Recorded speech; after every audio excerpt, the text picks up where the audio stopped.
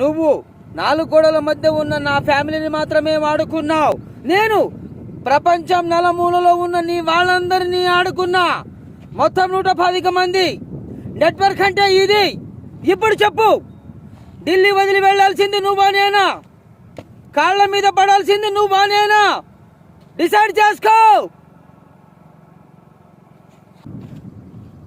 నేను నీకు మాటిస్తున్నా, వాణ్ణి చంపే తీరుతా. నేను మాట తప్పే మనిషిని కాదు. He is wrong. ఒక్క ఫోన్ కాల్ చాలు టోటల్ నీ ఫ్యామిలీ క్లియర్ అవ్వడానికి. చూడు, నీ వాళ్ళందరినీ వదిలేస్తున్నాను, కానీ నీకో విషయం చెప్పడం మర్చిపోయాను. నేను కిడ్నాప్ చేసిన వాళ్ళల్లో నీ అల్లుడు కూడా ఉన్నాడు. వాడు చాలా పెద్ద తప్పు చేశాడు.